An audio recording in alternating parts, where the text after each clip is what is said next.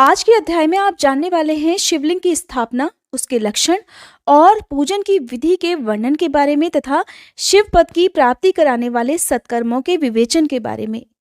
शौनक ऋषियों ने पूछा, हे सूत जी, शिवलिंग की स्थापना कैसे करनी चाहिए, उसका लक्षण क्या है और उसकी पूजा कैसे करनी चाहिए, किस देश काल में करनी चाहिए और किस द्रव्य के द्वारा उसका निर्माण होना चाहिए।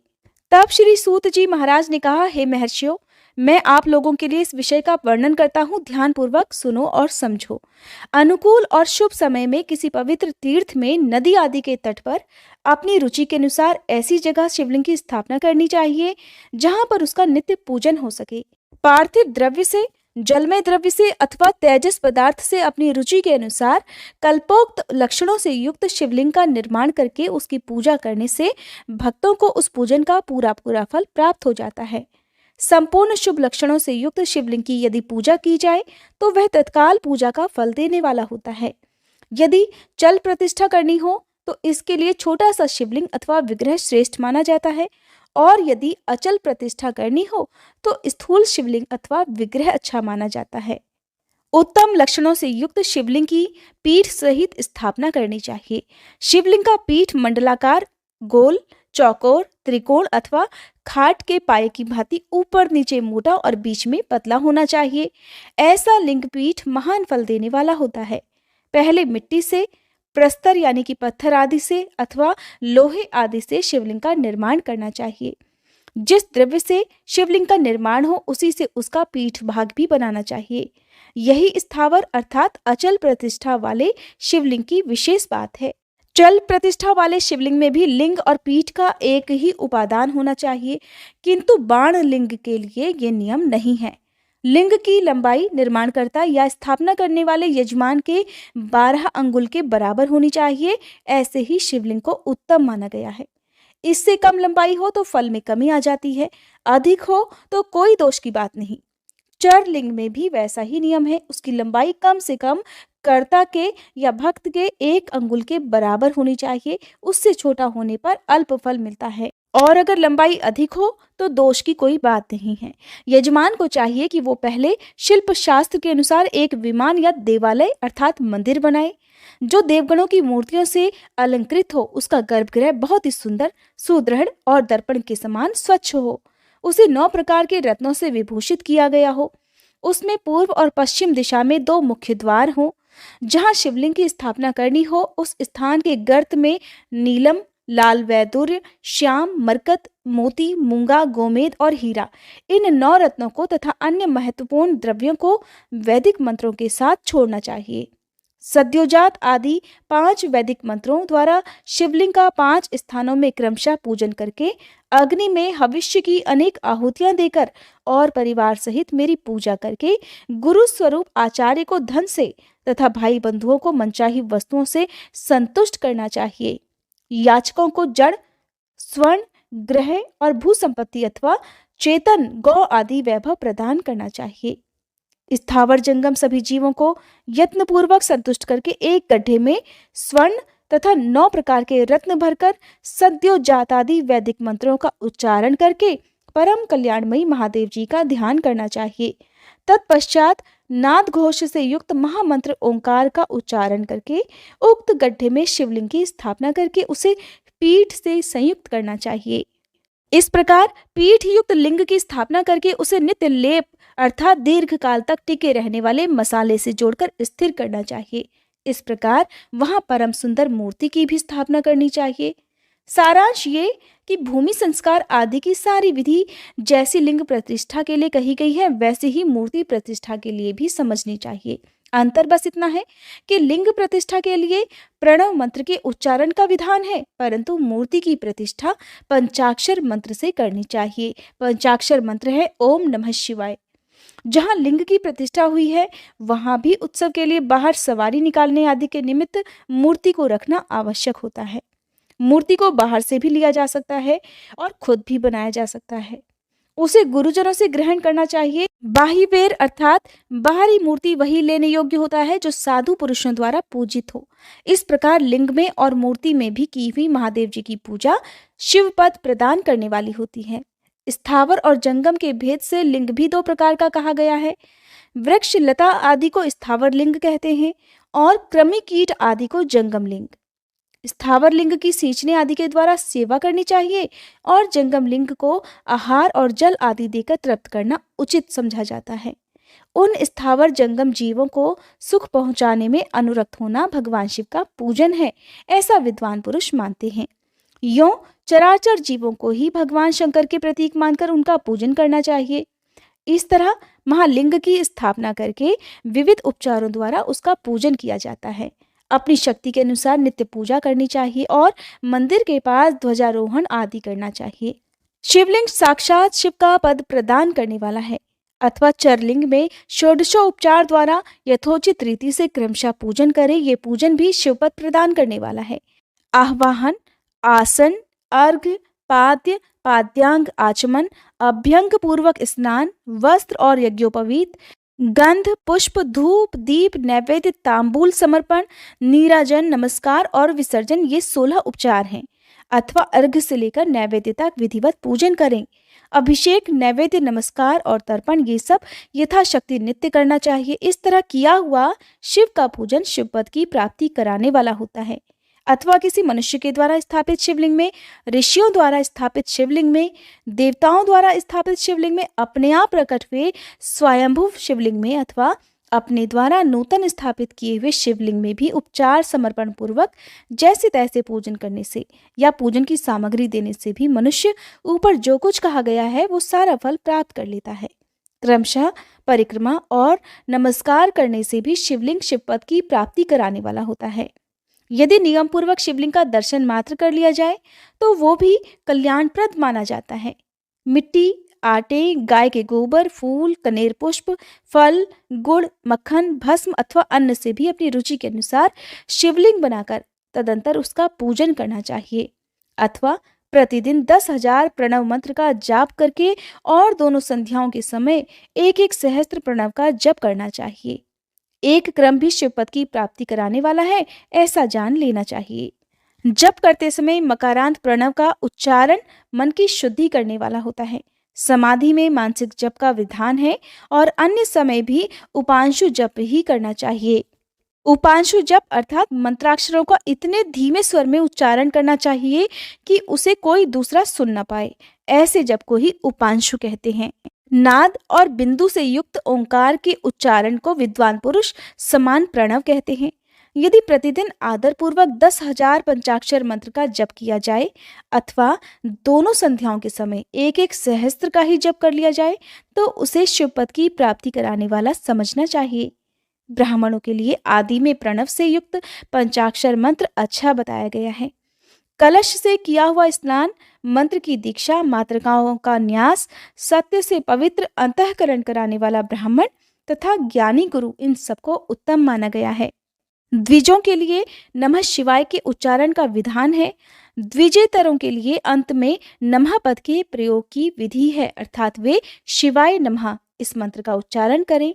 स्त्रियों के लिए भी कहीं कहीं विधि पूर्वक नमो अंत उच्चारण का ही विधान है, अर्थात वे भी शिवाय नमः का ही जप करें तो उत्तम रहेगा।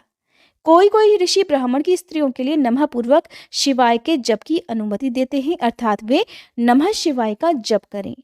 पंचाक्षर मंत्र का 5 करोड़ जप करके मनुष्य भगवान सदाशिव के समान हो जाता है। 1, 2, 3 अथवा 4 करोड़ का जप करने से क्रमशः ब्रह्मा, विष्णु, रुद्र और महेश्वर का पद प्राप्त होता है। अथवा मंत्र में जितने अक्षर हैं उनका पृथक पृथक 1-1 लाख जप करे अथवा समस्त अक्षरों का एक साथ ही जितने अक्षर हों उतने लाख जप करे। इस तरह के जप को शिवपद की प्राप्ति कराने वाला समझना चाहिए। यदि 1000 दिनों में प्रतिदिन 1 सहस्त्र जप के क्रम से पंचाक्षर मंत्र का 10 लाख जप पूरा कर लिया जाए और प्रतिदिन ब्राह्मण भोजन कराया जाए तो उस मंत्र से अभीष्ट कार्य की सिद्धि होने लगती है।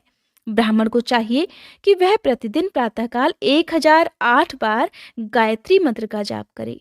ऐसा होने पर गायत्री क्रमशः शिव का पद प्रदान करने वाली होती है। वेद मंत्रों और वैदिक सूक्तों का भी नियम पूर्वक जप करना चाहिए। वेदों का पारायण भी शिव पद की प्राप्ति कराने वाला है, ऐसा जान लेना चाहिए। अन्यान्य जो बहुत से मंत्र हैं उनका भी जितने अक्षर हों उतने लाख जप करे। इस प्रकार जो यथाशक्ति जप करता है वह क्रमशः शिवपद अर्थात मोक्ष प्राप्त कर लेता है। अपनी रुचि के अनुसार किसी एक मंत्र को अपनाकर मृत्यु पर्यंत प्रतिदिन उसका जप करना चाहिए, अथवा ओम इस मंत्र का प्रतिदिन 1 सहस्त्र जप करना चाहिए। ऐसा करने पर भगवान शिव की आज्ञा से संपूर्ण मनोरथों की सिद्धि हो जाती है।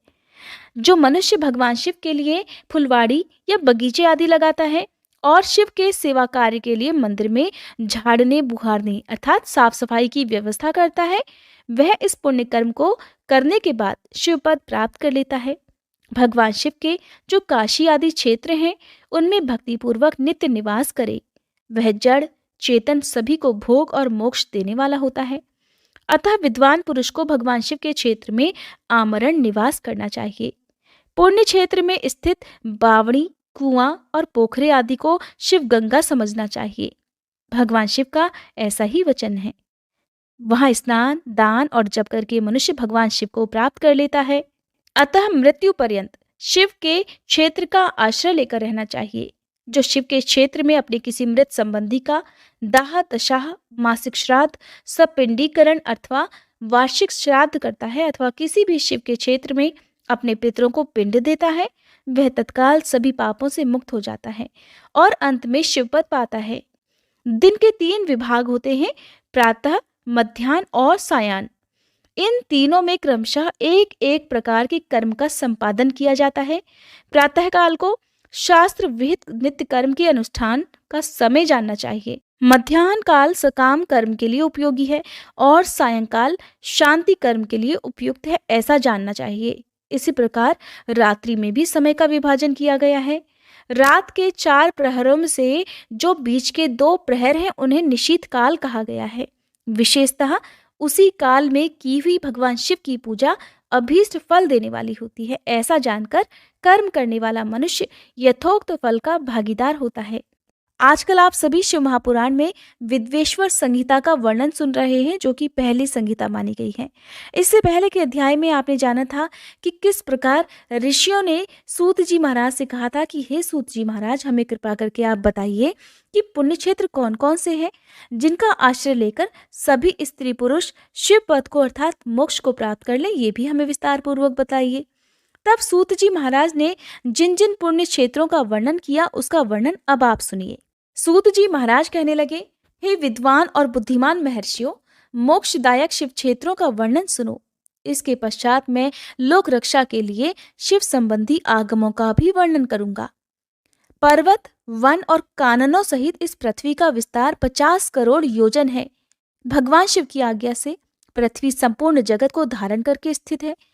भगवान शिव ने भूतल पर विभिन्न स्थानों में वहां के निवासियों को कृपा पूर्वक मोक्ष देने के लिए शिव क्षेत्र का निर्माण किया है। कुछ क्षेत्र ऐसे हैं जिन्हें देवताओं और ऋषियों ने अपना वास स्थान बनाकर अनुग्रहित किया है, इसलिए उनमें तीर्थत्व प्रकट हो गया है। और अन्य बहुत से तीर्थ क्षेत्र ऐसे भी हैं जो लोगों की रक्षा के लिए स्वयं प्रादुर्भूत हुए हैं। तीर्थ और क्षेत्र में जाने पर मनुष्य को सदा स्नान, दान और जप आदि करना चाहिए, अन्यथा वह रोग, दरिद्रता और मुक्ता आदि दोषों का भागीदार बन जाता है। जो पुरुष इस भारतवर्ष के भीतर मृत्यु को प्राप्त होता है, जो मनुष्य इस भारतवर्ष के भीतर मृत्यु को प्राप्त होता है, वह अपने पुण्य के फल से ब्रह्मलोक में वास करके पुण्य क्षय के पश्चात पुनः मनुष्य योनि में ही जन्म लेता है, अर्थात पापी मनुष्य पाप करके फिर से दुर्गति में ही पड़ जाता है। हे ब्राह्मणों, पुण्य क्षेत्र में पाप कर्म किया जाए तो वह और भी अधिक दृढ़ हो जाता है। इसलिए पुण्य क्षेत्र में निवास करते समय सूक्ष्म से सूक्ष्म अथवा थोड़ा सा भी पाप कभी नहीं करना चाहिए। सिंधु और सतलज नदी के तट पर बहुत से पुण्य क्षेत्र हैं। सरस्वती नदी परम पवित्र और 60 मुखों वाली कही गई है, अर्थात उसकी 60 धाराएं हैं। विद्वान पुरुष सरस्वती के उन धाराओं के तट पर निवास करे तो वह क्रमशः ब्रह्मपद को पा लेता है। हिमालय पर्वत से निकली हुई पुण्य सलीला गंगा 100 मुख वाली नदी है। उसके तट पर काशी, प्रयाग आदि अनेक पुण्य क्षेत्र हैं और वहां पर मकर राशि के सूर्य होने पर गंगा की तटभूमि पहले से भी अधिक प्रशस्त और पुण्यदायी हो जाती है। शोणभद्र नदी की 10 धाराएं हैं। वह बृहस्पति के मकर राशि में आने पर अत्यंत पवित्र और अभीष्ट फल देने वाला हो जाता है। उस समय वहां स्नान और उपवास करने से विनायक पद की प्राप्ति हो जाती है। पुण्य सलीला महानदी नर्मदा के 24 मुख अर्थात स्रोत हैं। उसमें स्नान और उसके तट पर निवास करने से मनुष्य को वैष्णव पद की प्राप्ति होती है। तमसा के 12 तथा रेवा के 10 मुख हैं। परम पुण्यमयी गोदावरी के 21 मुख बतलाए गए हैं। वह ब्रह्म हत्या तथा गोवध के पाप का भी नाश करने वाली और रुद्रलोक देने वाली है। कृष्णवेणी नदी का जल बड़ा पवित्र है। वह नदी समस्त पापों का नाश करने वाली है। उसके 18 मुख बतलाए गए हैं तथा वह विष्णुलोक प्रदान करने वाली है। तुंगभद्रा के 10 मुख हैं। वह ब्रह्मलोक देने वाली है। पुण्य सलीला स्वर्ण मुखरी के 9 मुख कहे गए हैं। ब्रह्मलोक से लौटे हुए जीव उसी के तट पर जन्म लेते हैं। सरस्वती नदी, पंपा सरोवर, कन्याकुमारी, अंतरीप तथा शुभकारक श्वेत नदी ये सभी पुण्य क्षेत्र हैं। इनके तट पर निवास करने से इंद्रलोक की प्राप्ति होती है। सही पर्वत से निकली हुई महानदी कावेरी परम पुण्यमयी है। उसके 27 मुख बतलाए गए हैं। वह संपूर्ण अभीष्ट इच्छाओं को पूर्ण करने वाली और वस्तुओं को देने वाली है। उसके तट पर स्वर्गलोक की प्राप्ति कराने वाले तथा ब्रह्मा और विष्णु का पद देने वाले हैं। कावेरी के जो तट शैव क्षेत्र के अंतर्गत हैं, वे अभीष्ट फल देने के साथ ही शिवलोक प्रदान करने वाले हैं। नैमिषारण्य तथा बद्रिकाश्रम में सूर्य और बृहस्पति के मेष राशि में आने पर यदि स्नान किया जाए तो उस समय वहां किए हुए स्नान पूजन आदि को ब्रह्मलोक की प्राप्ति कराने वाला जानना चाहिए।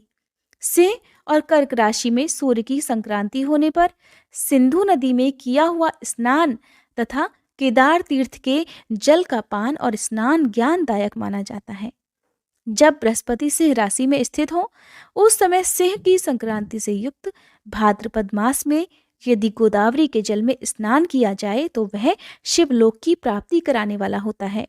और ऐसा पूर्व काल में स्वयं भगवान शिव ने कहा था। जब सूर्य और बृहस्पति कन्या राशि में स्थित हो तब यमुना और सोनभद्र में स्नान करना चाहिए। वह स्नान धर्मराज तथा गणेश जी के लोक में महान भोग प्रदान कराने वाला होता है। यह महर्षियों की मान्यता है। जब सूर्य और बृहस्पति तुला राशि में स्थित हो उस समय कावेरी नदी में स्नान किया जाता है। वह स्नान भगवान विष्णु के वचन की महिमा से संपूर्ण अभीष्ट वस्तुओं को देने वाला माना गया है। जब सूर्य और बृहस्पति वृश्चिक राशि पर आ जाए तब मार्गशीर्ष अर्थात अगहन के महीने में नर्मदा नदी में स्नान करने से श्री विष्णुलोक की प्राप्ति हो सकती है।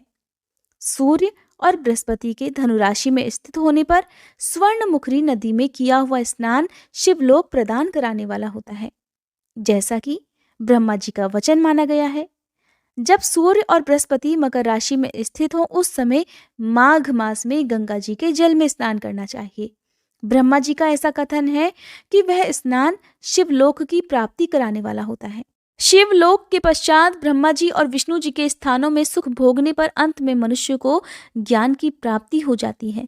माघ मास में तथा सूर्य के कुंभ राशि में स्थित होने पर फाल्गुन मास में गंगा जी के तट पर किया हुआ श्राद्ध, पिंडदान अथवा तिलोदक दान पिता और नाना दोनों कुलों के पितरों की अनेकों पीढ़ियों का उद्धार करने वाला माना गया है।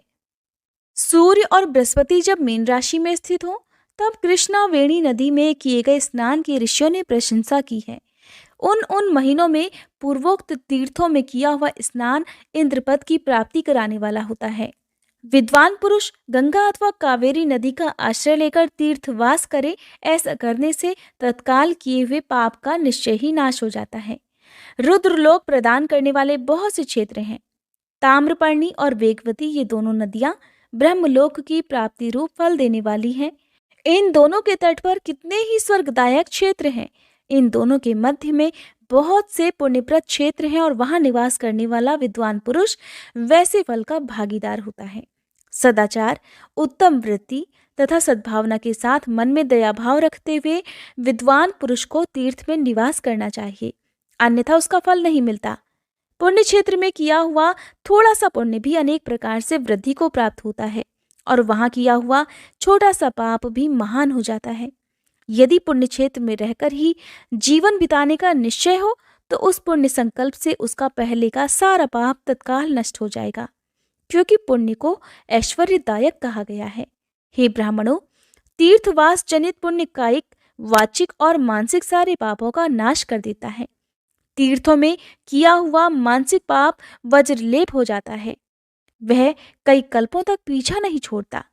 वैसा पाप केवल ध्यान से ही नष्ट होता है, अन्यथा कभी नहीं होता। वाचिक पाप जप से तथा कायिक पाप शरीर को सुखाने जैसी कठोर तपस्या से ही नष्ट होता है। अतः सुख चाहने वाले पुरुष को देवताओं की पूजा करते और ब्राह्मणों को दान देते हुए पाप से बचकर ही तीर्थ में निवास करना चाहिए। ऋषियों ने कहा, हे साधु शिरोमणि, अब आप पार्थिव प्रतिमा की पूजा का विधान बताइए, जिससे समस्त अभिष्ट वस्तुओं की प्राप्ति होती है। क्योंकि घर पर अधिकतर लोग प्रतिमाओं की यानी कि भगवान की मूर्तियों की ही पूजा करते हैं, तो आज आपके लिए यह अध्याय बहुत ही उपयोगी होने वाला है। आप सभी ध्यानपूर्वक सुनिए। श्री सूत जी महाराज कहने लगे, हे महर्षियों, आप लोगों ने बहुत उत्तम बात पूछी है। पार्थिव प्रतिमा का पूजन सदा संपूर्ण मनोरथों को देने वाला है तथा दुख का निवारण तत्काल करने वाला है। मैं उसका वर्णन करता हूँ, आप सभी उसको ध्यान देकर सुनिए। पृथ्वी आदि की बनी हुई देव प्रतिमाओं की पूजा इस भूतल पर अभीष्टदायक मानी गई है और निश्चय ही इसमें पुरुषों का और स्त्रियों का भी अधिकार है। नदी, पोखर अथवा कुएं में प्रवेश करके पानी के भीतर से मिट्टी लेकर आएं, फिर गंध चूर्ण के द्वारा उसका संशोधन करें यानी कि उसे शुद्ध करें और शुद्ध मंडप में रखकर उसे महीन पीसें और सानें। इसके बाद हाथ से प्रतिमा बनाएं और दूध से उसका सुंदर संस्कार करें। उस प्रतिमा में अंग प्रत्यंग अच्छी तरह से प्रकट हुए हों तथा वह सब प्रकार के अस्त्र शस्त्रों से संपन्न बनाई गई हो। यानी कि जब भी आप मूर्ति बनाएं तो उनमें हाथ पैर, उनके बाल, चेहरा सब बनाएं और उसके बाद उनका विधिवत श्रृंगार करना चाहिए। अगर भगवान की मूर्ति किसी देवता की मूर्ति बनाई है तो उसके अनुरूप श्रृंगार करना चाहिए। अगर देवी माँ की मूर्ति बनाई है तो उनके अनुरूप ही श्रृंगार करना चाहिए। इसके पश्चात उसे पद्मासन पर स्थापित करके आदर पूर्वक उसका पूजन करें। श्री गणेश, सूर्यदेव, विष्णु भगवान, माँ दुर्गा और भगवान शिव की प्रतिमा का, शिव का और शिवलिंग का द्विज को सदा ही पूजन करना चाहिए। षोडशोपचार पूजन जनित फल की सिद्धि के लिए 16 उपचारों द्वारा पूजन करना चाहिए। पुष्प से प्रोक्षण और मंत्र पाठ पूर्वक अभिषेक करें। अगहनी के चावल से नैवेद्य तैयार करें और सारा नैवेद्य लगभग 1 पाव होना चाहिए। घर में पार्थिव पूजन के लिए 1 पाव और बाहर किसी मनुष्य द्वारा स्थापित शिवलिंग के पूजन के लिए 1 सेर नैवेद्य तैयार करना आवश्यक होता है, ऐसा जान लेना चाहिए। देवताओं द्वारा स्थापित शिवलिंग के लिए 3 सेर नैवेद्य अर्पित करना उचित होता है और अपने आप प्रकट हुए स्वयंभू लिंग के लिए 5 सेर। ऐसा करने पर पूर्ण फल की प्राप्ति समझनी चाहिए। इस प्रकार सहस्त्र बार पूजा करने से द्विज सत्यलोक को प्राप्त कर लेता है। 12 अंगुल चौड़ा, इससे 2 गुना और 1 अंगुल अधिक अर्थात 25 अंगुल लंबा और 15 अंगुल चौड़ा जो लोहे या लकड़ी का बना हुआ पात्र होता है उसे विद्वान पुरुष शिव कहते हैं। उसका 8वां भाग प्रस्थ कहलाता है जो 4 पाव के बराबर माना जाता है।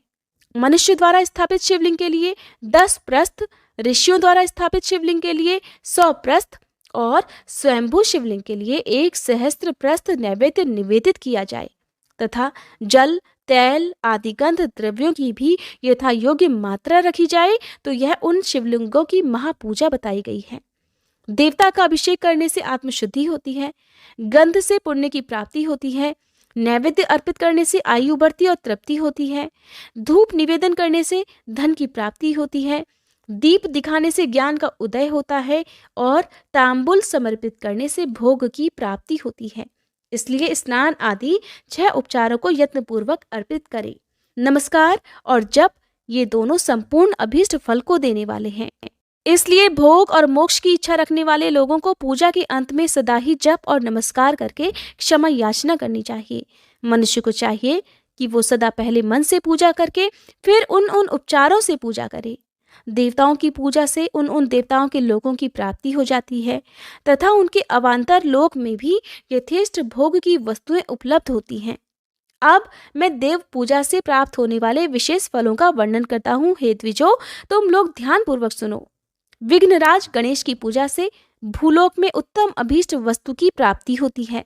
शुक्रवार को श्रावण और भाद्रपद मासों के शुक्ल पक्ष की चतुर्थी को और पौष मास में शतभिषा नक्षत्र के आने पर विधिवत गणेश जी की पूजा करनी चाहिए। 100 या सहस्त्र दिनों में 100 या सहस्त्र बार पूजा करें। देवता और अग्नि में श्रद्धा रखते हुए किया जाने वाला उनका नित्य पूजन मनुष्यों को पुत्र और अभीष्ट वस्तु प्रदान करता है। वह समस्त पापों का शमन तथा भिन्न भिन्न दुष्कर्मों का भी विनाश करने वाला है। विभिन्न वारों में अर्थात अलग अलग दिनों में की हुई शिव पूजा को आत्मशुद्धि प्रदान करने वाली समझना चाहिए। वार या दिन, तिथि, नक्षत्र और योगों का आधार है। समस्त कामनाओं को देने वाला है, उसमें वृद्धि और क्षय नहीं होता, इसलिए उसे पूर्ण ब्रह्म स्वरूप मानना चाहिए। सूर्योदय काल से लेकर सूर्योदय काल आने तक एक वार की स्थिति मानी गई है, जो ब्राह्मण आदि सभी वर्णों के कर्मों का आधार है। विहित तिथि के पूर्व भाग में की हुई देव पूजा मनुष्यों को पूर्ण भोग प्रदान करने वाली होती है।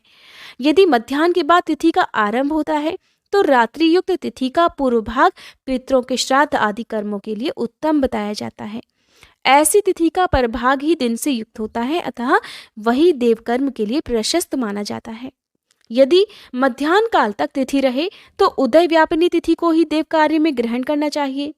इस तरह शुभ तिथि और नक्षत्र आदि ही देव कार्य में ग्राह्य होते हैं। वार आदि का भलीभांति विचार करके पूजा और जप आदि करने चाहिए। प्रतिदिन एक पक्ष, एक मास और एक वर्ष तक लगातार पूजन करने से उन कर्मों के फल की प्राप्ति होती है। अतः हे मुनीश्वरों, आंतरिक आनंद की प्राप्ति के लिए शिवलिंग को माता पिता का स्वरूप मानकर उनकी पूजा करनी चाहिए। भर्ग अर्थात शिव पुरुष रूप है और भर्गा अर्थात शिवा अथवा शक्ति प्रकृति कहलाती है। अव्यक्त आंतरिक अधिष्ठान रूप गर्भ को पुरुष कहते हैं और सुव्यक्त आंतरिक अधिष्ठान भूत गर्भ को प्रकृति। माया द्वारा अन्य रूप से प्रकट किया जाना ही उसका जन्म कहलाता है। जीव का शरीर जन्मकाल से ही जीर्ण अर्थात 6 भाव विकारों से युक्त होने लगता है, इसीलिए उसे जीव की संज्ञा दी गई है, जीव कहा गया है। जो जन्म लेता है और विविध पाशों द्वारा तनाव में पड़ता है उसका नाम है जीव।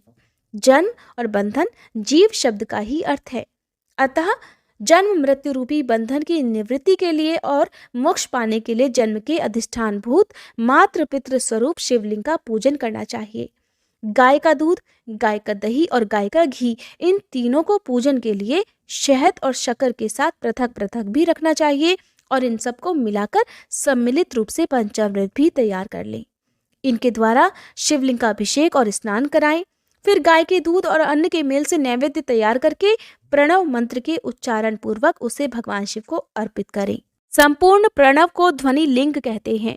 स्वयंभू लिंग नाद स्वरूप होने के कारण नाद लिंग कहा गया है। यंत्र या अर्घा बिंदु स्वरूप होने के कारण बिंदु लिंग के रूप में विख्यात है। उसमें अचल रूप से प्रतिष्ठित जो शिवलिंग है वह मकार स्वरूप है, इसलिए मकार लिंग कहलाता है। सवारी निकालने आदि के लिए जो चरलिंग होता है वह उकार स्वरूप होने से उकार लिंग कहा गया है तथा पूजा की दीक्षा लेने वाले जो गुरु या आचार्य हैं उनका विग्रह आकार का प्रतीक होने से अकार लिंग माना गया है। इस प्रकार अकार, उकार, मकार, बिंदु, नाद और ध्वनि के रूप में लिंग के 6 भेद माने गए हैं। इन 6 लिंगों की नित्य पूजा करने से साधक जीवन मुक्त हो जाता है, इसमें कोई संशय नहीं।